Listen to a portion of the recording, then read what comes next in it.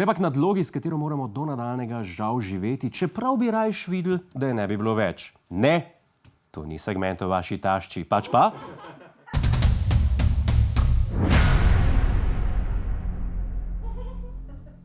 Pem ti je dobra špica, brat. Dobrodošli v tokratni črni koroniki. Dnevne številke, ki jih gledamo zadnje dni, sploh niso slabe, če govorimo o inteligenčnih kvocientih.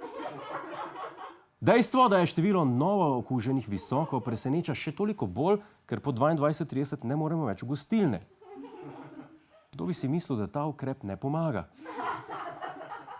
Toda brez skrbi, potem, ko je vlada prejšnji teden napovedala obvezno merjenje telesne temperature v podjetjih, so že ta teden dosegli nov uspeh.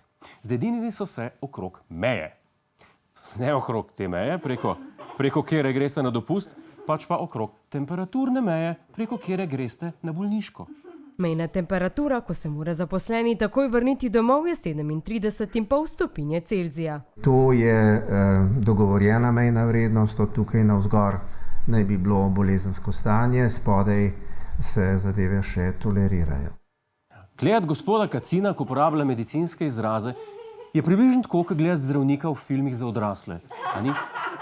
Sploh ni važno, kaj govori, samo pa to, da bo kmalu nekdo najebil. Merjenje temperature na delovnem mestu torej bo, temperaturni okvirji so določeni, ni pa še usklajeno, s kakšnimi termometri bodo merili. Šušlja se, da bodo boljše podjetja uporabljala hitre laserske termometre, državna pa standardne živosrebrne. Slaba novica je, da bo postopek trajal dolgo, dobra pa, da se bo ta cajt štel v nadure. Neuradno.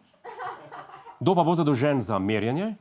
Merjene temperature bodo izvajale osebe iz posameznega podjetja, njihovo usposabljanje pa bo izvajala pristojna varnostna služba ministrstva. Tako, merili bodo posamezniki iz podjetja. To v teoriji pomeni kdorkoli, v praksi pa najverjetneje tisti, ki je najbolj smiseln, torej računovodja, ki se spozna na cifre. Ali pa hišnik, ki je najbolj vajen delati meritve. Če je kriza, zna pa tudi na oko oceniti kaj. Hej, to je naš YouTube kanal, klikni na ta gumb in se naroči, da boš na tekočem. Polajkaj pa nas tudi na Facebooku in na Twitterju, pa na ulici, pa na kakšnem javnem WC-ju.